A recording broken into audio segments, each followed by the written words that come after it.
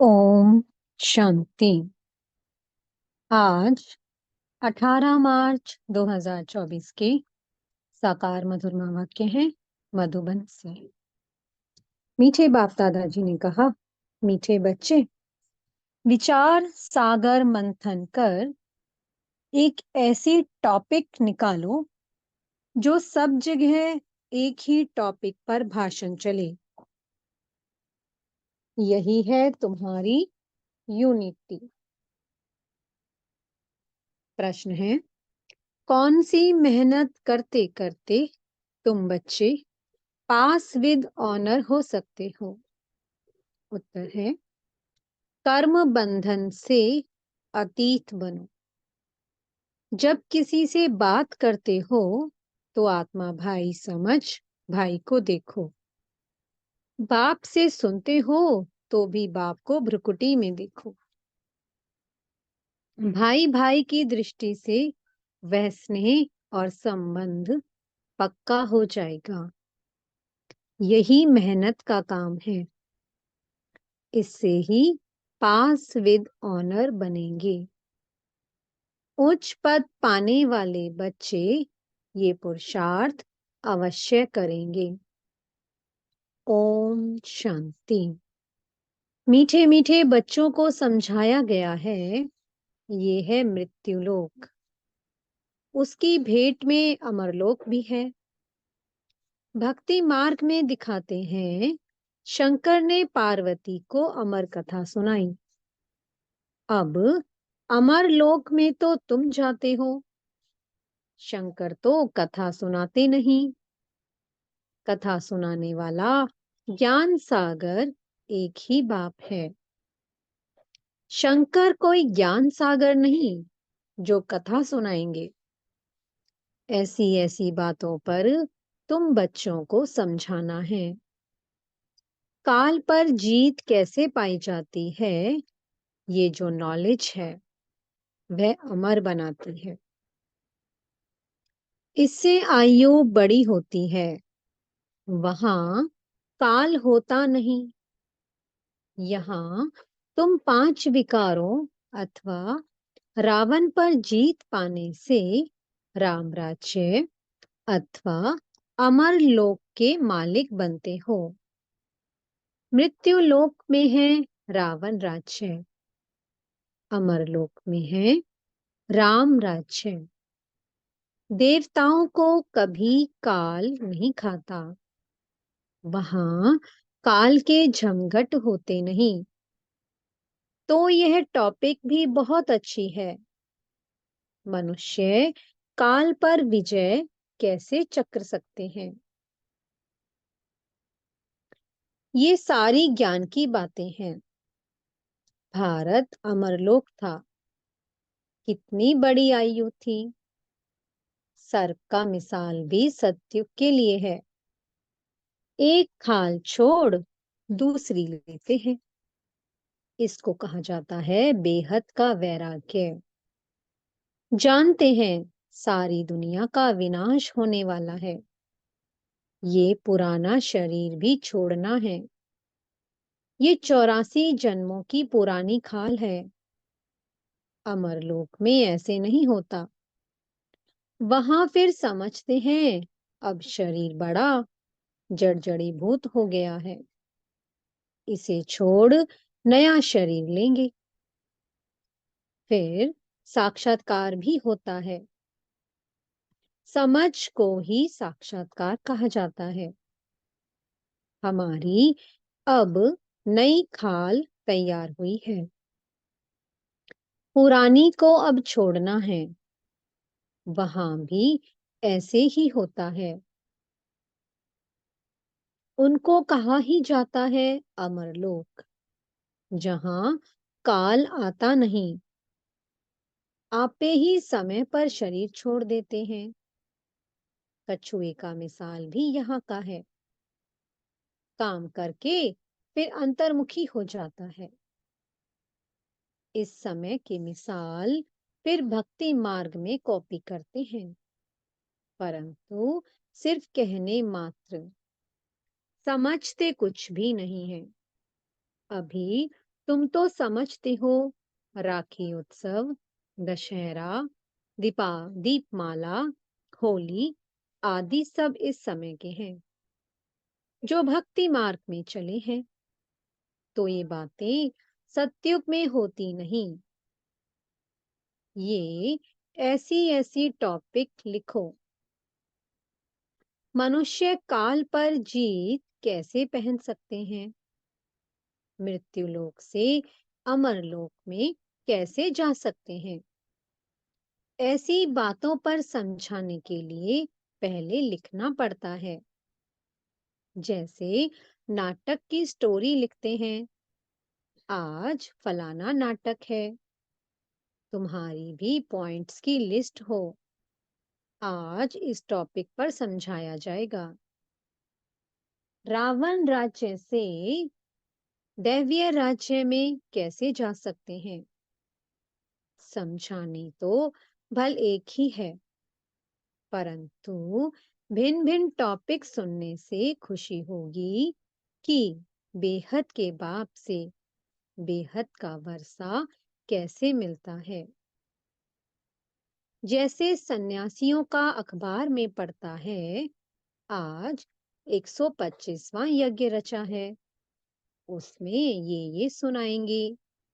यहाँ तो बाप कहते हैं, मैं एक ही बार यज्ञ रचता हूँ, जिसमें सारी पुरानी दुनिया स्वाहा हो जाती है।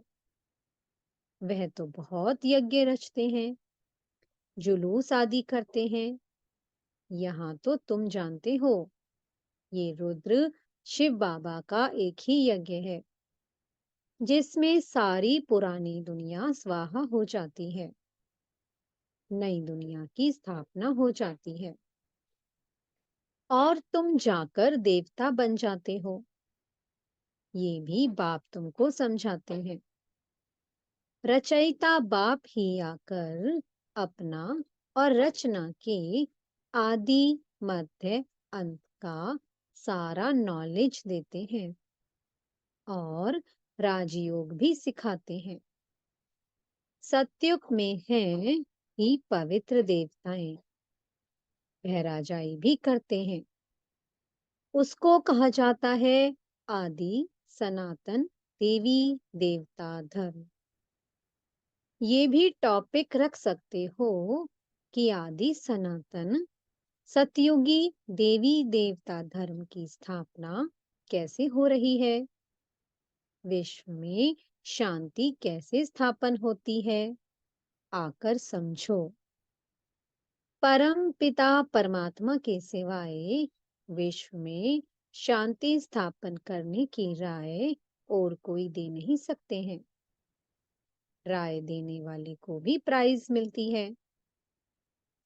विश्व में शांति स्थापन करने की प्राइज कैसे और कौन देते हैं, ये भी टॉपिक है।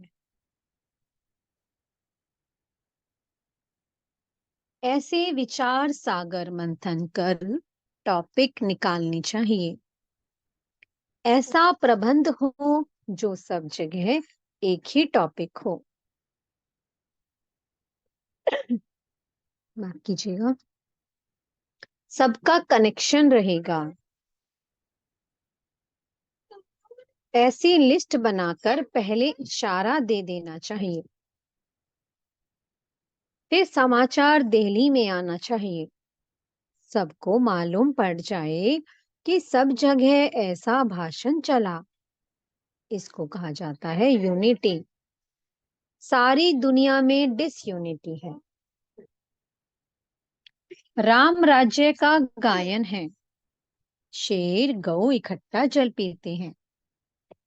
त्रेता में ऐसा गायन है, तो सतयुग में क्या नहीं होगा। बाकी शास्त्रों में तो अनेक कथाएं लिख दी हैं। तुम तो बाप से एक ही कथा सुनते हो, दुनिया में ढेर कथाएं बनाते रहते हैं। द्वापर से लेकर कलयुग तक जो भी शास्त्र आदि चलते हैं, वहां तो वो होते नहीं। भक्ति मार्ग की सब बातें पूरी हो जाती हैं।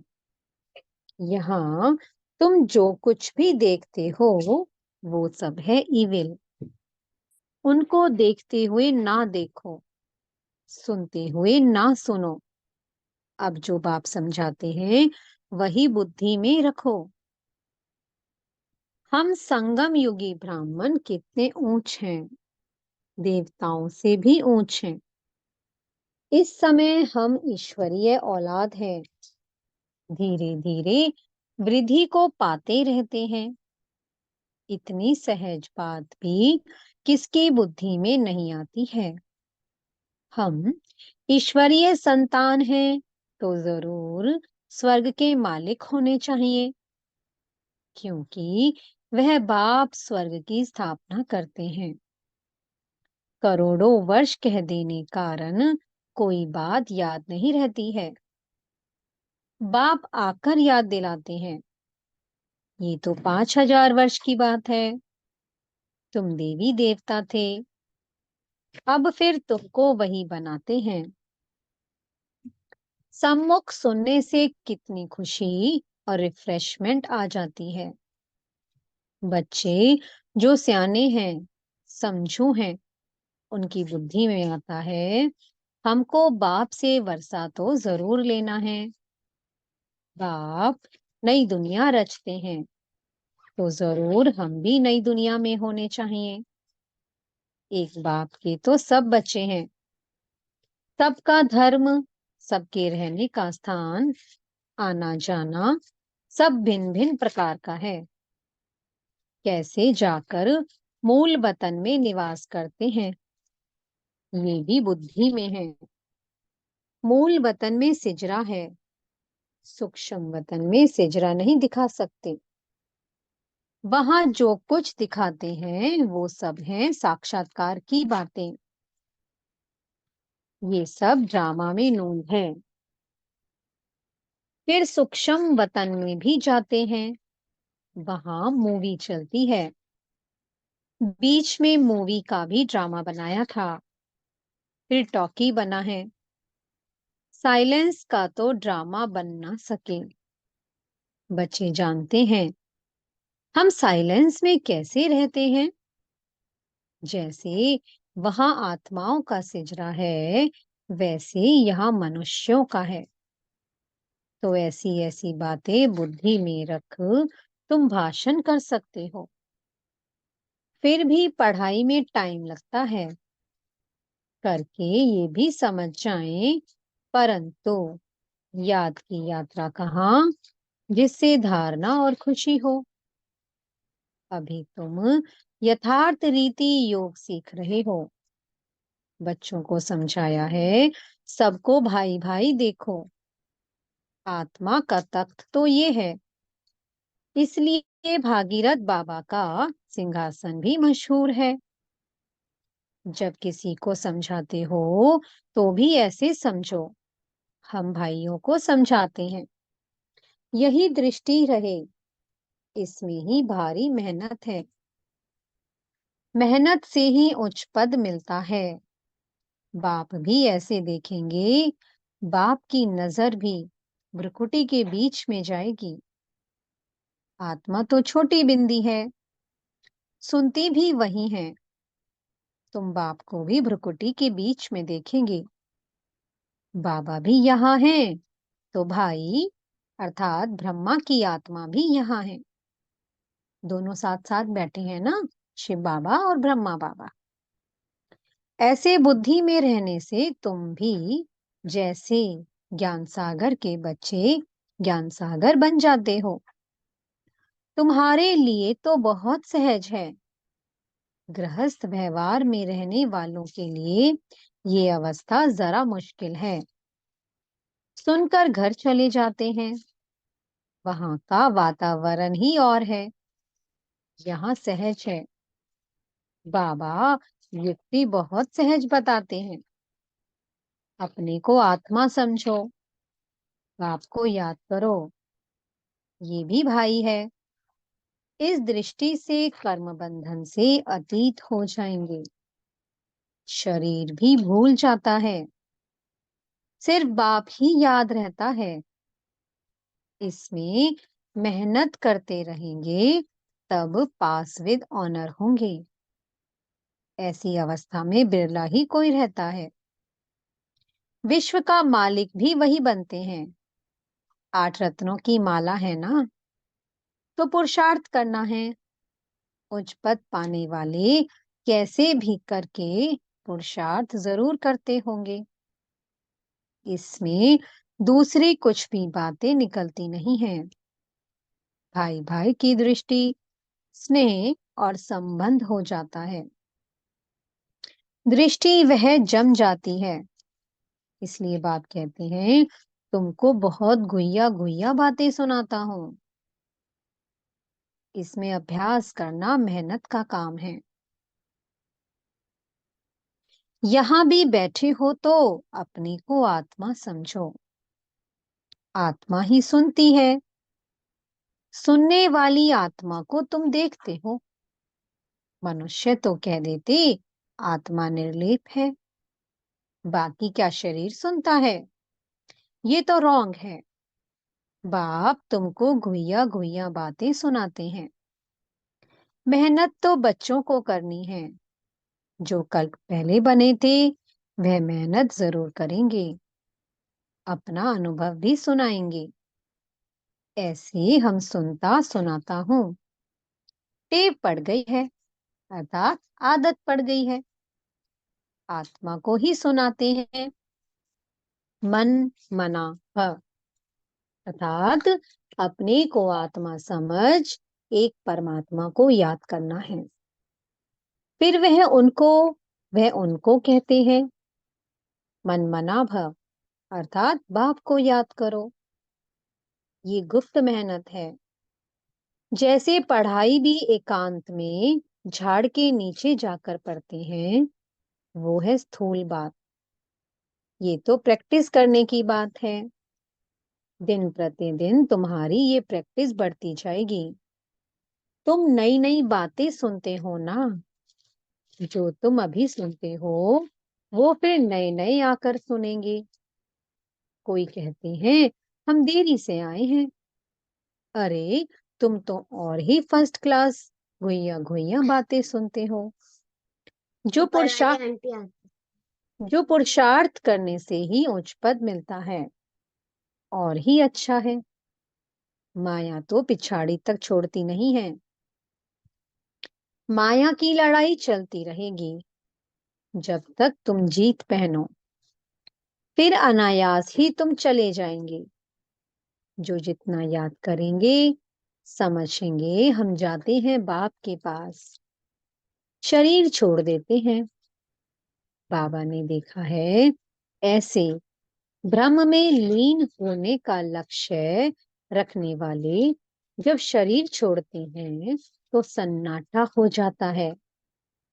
बाकी मोक्ष तो कोई पाता नहीं, ना वापस ही जाते हैं। नाटक में तो सब एक्टर्स चाहिए ना। अंत में सब आ जाते हैं। जब एक भी नहीं रहेगा तब वापस जाएंगे। जो भी मनुष्य मात्र हैं सब चले जाएंगे।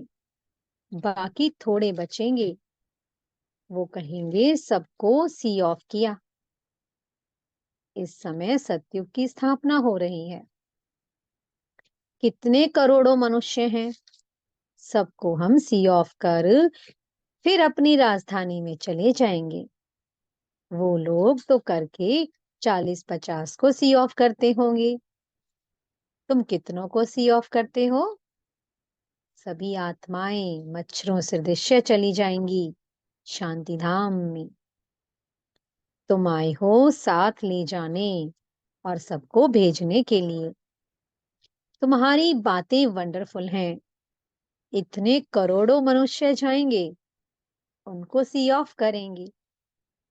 सब वापस मूल वतन में चले जाएंगे।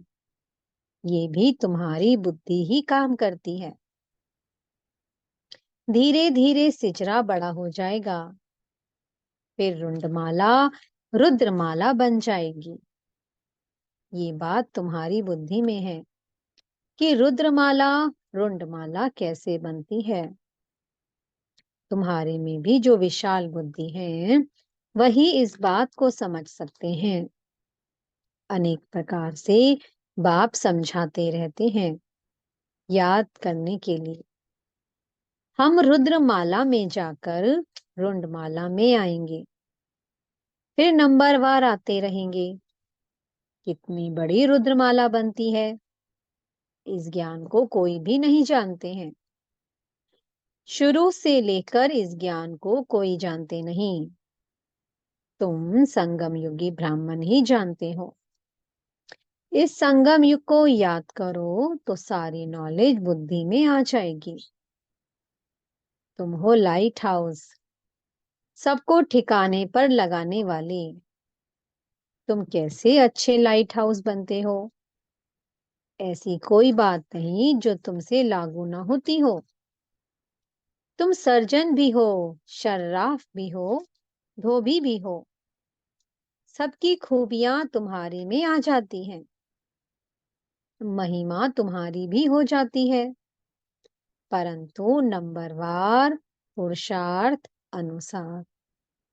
जैसे जैसे कर्तव्य करते हो, ऐसा ऐसा गायन होता है। बाप तो डायरेक्शन देते हैं, उस पर विचार करना, सेमिनार करना तुम बच्चों का काम है। बाबा कोई मना नहीं करते हैं। अच्छा, बहुत सुनाने से क्या फायदा? बाप कहते हैं, मन मना भव। बाबा तुम्हें कितना तरावटी माल खिलाते हैं। अच्छा, मीठे मीठे सी कीलते बच्चों प्रति माता पिता बाप दादा का याद प्यार और गुड मॉर्निंग। रूहानी बाप की रूहानी बच्चों को नमस्ते। हम रूहानी बच्चों की मीठे रूहानी बाप दादाजी को बहुत बहुत याद प्यार, गुड मॉर्निंग और नमस्ते। धारणा के लिए मुख्य सार है। पहला पॉइंट, सदा नशा रहे कि हम संगम युगी ब्राह्मण देवताओं से भी ऊंचे हैं, क्योंकि अभी हम ईश्वरीय औलाद हैं। हम मास्टर ज्ञान सागर हैं। सभी खूबियां इस समय हमारे में भर रही हैं। दूसरा पॉइंट है, जो बाप समझाते हैं वही बुद्धि में रखना है। बाकी कुछ भी सुनते हुए ना सुनो, देखते हुए ना देखो। Hear no evil, see no evil. मीठे सदगुरु जी वरदान दे रहे हैं। ईश्वरीय सेवा द्वारा वैरायटी मेवा प्राप्त करने वाले अधिकारी आत्मा भव। कहा जाता है, करो सेवा तो मिले मेवा। ईश्वरीय ज्ञान देना ही ईश्वरीय सेवा है। जो ये सेवा करते हैं उन्हें अतीन्द्रिय सुख का, शक्तियों का, खुशी का वैरायटी मेवा मिलता है। आप ब्राह्मण ही इसके अधिकारी हो, क्योंकि आपका काम ही है ईश्वरीय पढ़ाई पढ़ना और पढ़ाना, जिससे ईश्वर के बन जाएं। तो ऐसी ईश्वरीय सेवा करने से ईश्वरीय फल के अधिकारी बन गए।